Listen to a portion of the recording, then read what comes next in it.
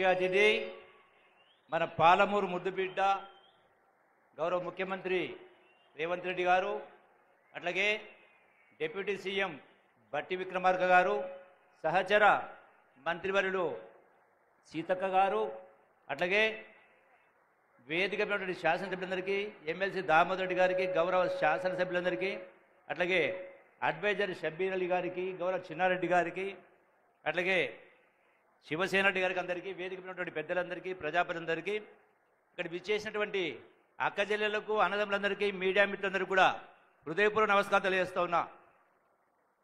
రేవంత్ రెడ్డి గారు పాలమూరు ముద్దుబిడ్డ, పాలమూరు జిల్లాకే గర్వకారణం. ఇలా మన పాలమూరు ముద్దుబిడ్డ రాష్ట్రానికే ముఖ్యమంత్రి కావడం పాలమూరు జిల్లా అదృష్టం. అందులో వనపర్తి జిల్లాలో చదువుకున్నటువంటి కారణంగా ఈనాడు వనపర్తి జిల్లా వాళ్ళు, వనపర్తి నియోజకవర్గ వాళ్ళు, ప్రజానికందరూ కూడా మరీ అదృష్టవంతులు. అందుకే ఈనాడు పెద్ద ఎత్తున ఈనాడు వనపర్తి నియోజకవర్గంలో శంకుస్థాపనలు ప్రారంభం చాలా జరిగినాయి. అట్లాగే ఇది ప్రారంభం మాత్రమే. యావత్ పాలమూరు జిల్లాలో ప్రతి నియోజకవర్గంలో కూడా పెద్ద ఎత్తున అభివృద్ధి సంక్షేమ కార్యక్రమాలు జరగబోతూ ఉన్నాయి. అట్లాగే ఈనాడు ఇదే కాకుండా అన్నిటికంటే ముఖ్యమైనటువంటిది మన పాలమూరు ముద్దుబిడ్డ కాబట్టి కృష్ణానది జలాల్లో ఉన్నటువంటి ప్రతి నీటి బొట్టు కూడా, ప్రతి సెంటు గుంటకు, పాలమూరు జిల్లాలో 14 నియోజకవర్గాలకు సెంటు గుంటకు నీళ్లు అందించి సస్యశ్యామలం చేసేటువంటి దానికి కూడా శ్రీకారం చుట్టడం జరిగింది గౌరవ ముఖ్యమంత్రి రేవంత్ రెడ్డి గారు. ఈనాడు ఎన్నో సంక్షేమ అభివృద్ధి కార్యక్రమాలు జరుగుతూ ఉన్నాయి. ఇందిరమ్మ ఇళ్ళు మొదలు కాబోతూ ఉన్నాయి. చాలా అంటే ఎన్నికల ముందు చెప్పినటువంటి ప్రతి కార్యక్రమాన్ని కూడా అమలు చేసే కార్యక్రమం జరుగుతూ ఉంది. వీటితో పాటుగా ఎన్నో సంక్షేమ కార్యక్రమాలు, అభివృద్ధి కార్యక్రమాలు. అట్లాగే ఈనాడు మనం చూస్తూ ఉన్నాం టీవీలలో, సోషల్ మీడియాలో కేసీఆర్ గారైనా, హరీష్ అయినా, కేటీఆర్ అయినా, యావత్ బీఆర్ఎస్ నాయకులు, వనపర్తికి సంబంధించినటువంటి మాజీ మంత్రి నిరంజన్ రెడ్డి అయినా ఈ జిల్లాను మొత్తం మేమే నీళ్లు ఇచ్చినాం, మేమే సస్యశ్యామం చెప్పి మాట్లాడతారు. వాస్తవాలు యావత్ ప్రజలకు తెలియాల్సిన అవసరం ఉంది కాబట్టి ఒకసారి జ్ఞాపకం చేస్తూ ఉన్నా. పాలమూరు జిల్లాలో మహాత్మా గాంధీ కల్వకుర్తి లిఫ్ట్ అయినా, భీమా అయినా, నెట్టెంపాడైనా, కోయిల్సాగర్ అయినా, ఈ అన్ని ప్రాజెక్టులు కూడా కాంగ్రెస్ హయాంలో గౌరవ ముఖ్యమంత్రి రాజశేఖర రెడ్డి గారు ముఖ్యమంత్రిగా ఉన్న సందర్భంలోనే ఇవన్నీ కూడా మొదలైనవి. మొదలు కావడమే కాదు, ఈ ప్రాజెక్టులకు కాంగ్రెస్ హయాంలో ఖర్చు పెట్టినటువంటిది 8,131 కోట్లు. అది ఉమ్మడి రాష్ట్రంలో ఎన్ని ఇబ్బందులున్నా కూడా 8,030 కోట్లు ఖర్చు పెట్టారు. మరి తెలంగాణ రాష్ట్రం వచ్చినాక, సోనియా గాంధీ తెలంగాణ రాష్ట్రం వచ్చిన తర్వాత మన రాష్ట్ర ఆదాయాన్ని మనం ఖర్చు పెట్టుకుంటూ హైదరాబాద్ రాజధానిగా లక్షల కోట్ల ఆదాయం వస్తూ 8 లక్షల కోట్లు అప్పు చేసి కూడా మరి బీఆర్ఎస్ 10 సంవత్సరాల కాలంలో ఇప్పుడు నేను చెప్పిన ఈ మహాత్మా గాంధీ కల్వకుర్తి, భీమా, నెట్టెంపాడు అన్ని ప్రాజెక్టులు కలిపి గడిచిన 10 సంవత్సరాల కాలంలో 6,137 కోట్ల రూపాయలు ఖర్చు పెట్టింది. అంటే ఈ ప్రాజెక్టులు మొదలైంది కాంగ్రెస్ హయాంలోనే, ఖర్చు పెట్టింది కూడా కాంగ్రెస్ ప్రభుత్వంలోనే. ఒకటి. రెండవ అంశం మీరందరూ చూసినారు, బాధాకరమైన సంఘటన.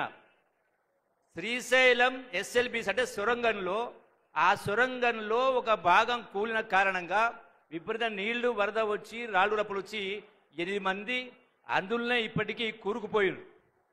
అంటే ఏమాత్రం కూడా ఇంగిత జ్ఞానం లేకుండా దాన్ని కూడా రాజకీయ కోణంలో రాజకీయాన్ని మలుచుకోవడం కోసం ఈ కాంగ్రెస్ ప్రభుత్వం తప్పిదం వల్లనే ఇది జరిగిందని మాట్లాడుతూ ఉన్నారు. మళ్ళీ వాళ్ళ మాటలను ఏం మాట్లాడుతూ ఉన్నారు? గడిచిన 10 సంవత్సరాల కాలంలో బీఆర్ఎస్ పార్టీ కేసీఆర్ మేము 200 కిలోమీటర్ల సొరంగాలు తవ్వినాం అని మీరే మాట్లాడుతూ ఉన్నారు కదా. మరి మీరు మొదలుపెట్టిన సొరంగాలు తవ్వితే అంతకు ముందే శ్రీశైలం సొరంగం 44 కిలోమీటర్లలో 25 కిలోమీటర్లు కాంగ్రెస్ పార్టీ పూర్తి చేసింది. మరి 8 లక్షల కోట్ల అప్పు చేసి ఈ మిగిలిన 19 కిలోమీటర్ల సొరంగం ఎందుకు పూర్తి చేయలేదు? నేను ఈ వేదిక ద్వారా అడుగుతా ఉన్న హరీష్ రావును ఛాలెంజ్ విస్తూ ఉంటాడు. అంటే ముందే మీకు ఏమైనా కలబడ్డదా? ఎక్కడైతే మన కూలి ఉందో అది ముందే కూలుతో మీకు తెలిసి కట్టలేదా? నిధులు లేక కట్టలేదా? 8 లక్షల కోట్ల అప్పు. ఈ ప్రాజెక్టును సొరంగాన్ని పూర్తి చేస్తే కాంగ్రెస్ పార్టీ పేరు వస్తలేదని కట్టలేదా? ఎందుకంటే పంపులు మోటార్లు అవసరం లేదు, తక్కువ ఖర్చుతోటి ఎక్కువ ఆయకట్టుకు ఇచ్చేది. అంటే కేవలం రాజకీయ కోణాలు మాట్లాడుతూ ఎన్నో రకరకాలు మాట్లాడుతూ ఉన్నారు.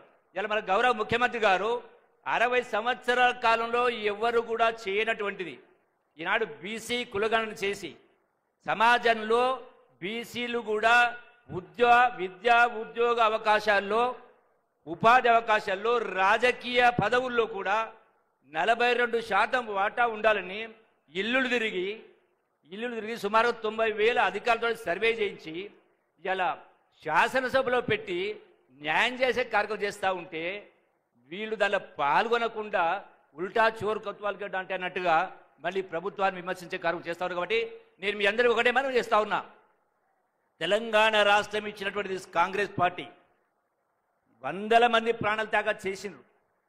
మరి తెలంగాణ ఇచ్చిన కాంగ్రెస్ పార్టీ ఈ దేశానికి కానీ రాష్ట్రానికి కానీ శ్రీరామ రక్ష. ఎప్పుడు ఏ ఎన్నికలు వచ్చినా కాంగ్రెస్ పార్టీని కాపాడుకోవాల్సిన బాధ్యత మనందరిపైన ఉంది. కాబట్టి మీరందరూ కూడా పెద్ద మనసు చేసుకుని ఈ యొక్క సంక్షేమ అభివృద్ధి కార్యక్రమాల్లో మీరందరూ పాలు పంచుకోవాలి. ఒక చక్కని పరిపాలన, సుపరిపాలన, అవినీతికి అవకాశం లేని పరిపాలన మనందరం కలిసి, మనమందరం ఒక కుటుంబం కలిసి చేసుకోవాలని చెప్పని మీరందరూ కూడా పాల్గొనాలని, తోడు కావాలని మనస్ఫూర్తిగా కోరుకుంటూ సెలవు తీసుకుంటున్నా. జై Congress. Thank you sir. Telangana రాష్ట్ర వ్యాప్తంగా మహిళా సంఘాల ధన సిరి